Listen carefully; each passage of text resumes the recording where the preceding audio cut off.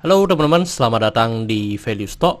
Hari ini saya akan membahas analisa fundamental saham Techim kuartal pertama tahun 2021. Oke, ini disclaimer-nya, yang pertama ini merupakan sharing analisa fundamental, bukan ajakan beli jual ataupun hold suatu saham, dan keputusan investasi ada di tangan teman-teman selaku investor.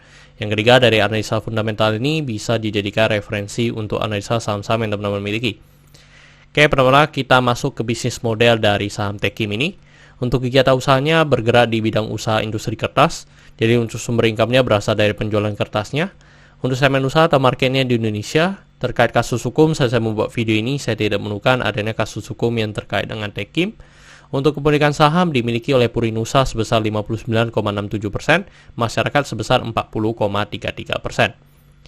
Dan teman-teman, ini merupakan produk-produk yang dihasilkan oleh Techim.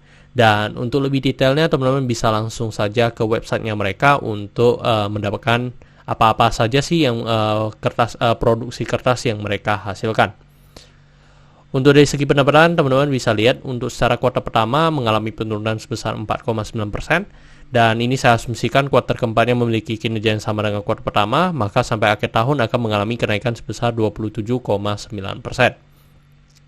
Untuk dari segi net profitnya juga cukup beragam, dan secara kuartal pertama mengalami penurunan sebesar 54,2%.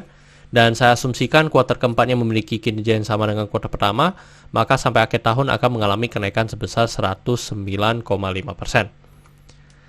Dan ini dari segi asetnya mengalami kenaikan, dan kenaikannya sebesar 5,3%.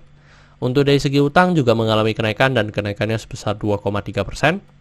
Untuk dari segi modal juga mengalami kenaikan, dan kenaikannya sebesar 8,5%.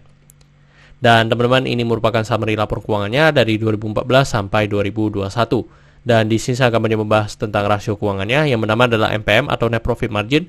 Untuk 2021 ini Net Profit Marginnya tinggi sekali ya, sebesar 28,21%. Jadi paling tinggi semenjak dari 2014 sampai 2021 ini. Dan lebih baik juga dibandingkan dengan tahun sebelumnya. Untuk EPS-nya menjadi 1413 dan membuat dari segi pernya menjadi 5,7 kali. Sedangkan kalau secara histori untuk per dari Techim ini untuk 2021 ini merupakan per yang paling rendah ya, sekitar 5,7 kali. Terus untuk dari segi book value-nya sekarang di 7420. Dan kalau kita bandingkan dengan harga sekarang, maka kita bisa melakukan PBV-nya di 1,08 kali. Dan kalau kita lihat secara histori, untuk PBV-nya di bawah 1 hanya di 2017 ke bawah ya, sisanya selalu di atas 1. Terus untuk dari segi DR-nya di 0,97 kali. Ini juga bagus sekali, yang mana DR-nya di bawah 1, tapi secara histori untuk DR dari Techim ini selalu di atas 1. Terus untuk dari segi ROE-nya di 19,05%, jadi ini juga bagus, di atas dari yang saya tetapkan 9%. Untuk ROA di 9,65%. Oke teman-teman, saya membuat video ini untuk harga sahamnya di 8.050, dan dari analisa fundamental saya bisa menekan nilai intrinsic value-nya sekitar 10.000. Jadi masih memiliki margin of safety 24%. Dan ini kesimpulannya, yang pertama dari produk dan jasa saya berikan oke karena saya melihat perusahaan ini mampu bertahan 5-10 tahun ke depan. Untuk GCG saya berikan oke karena memiliki pemegang saham mayoritas. Yang kedua, tidak memiliki kasus hukum.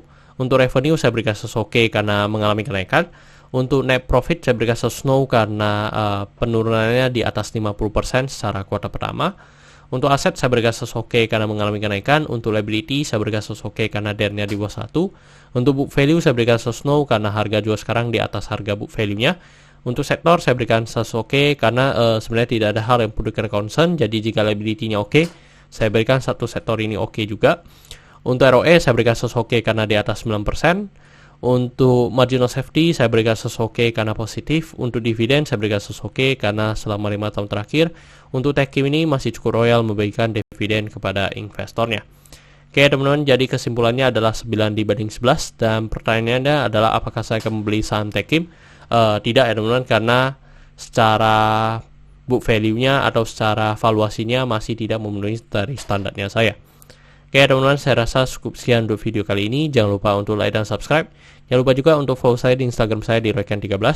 Dan teman-teman, saya sudah membuat grup Telegram, jadi teman-teman bisa join grup Telegram saya di Value Stock. Untuk linknya teman-teman bisa dapatkan di deskripsi di bawah. Dan jika teman-teman ada kode saham yang ingin saya buatkan analisa seperti ini, silahkan tinggalkan di kolom komentar untuk kode sahamnya. Oke teman-teman, see you in the next video. Bye-bye.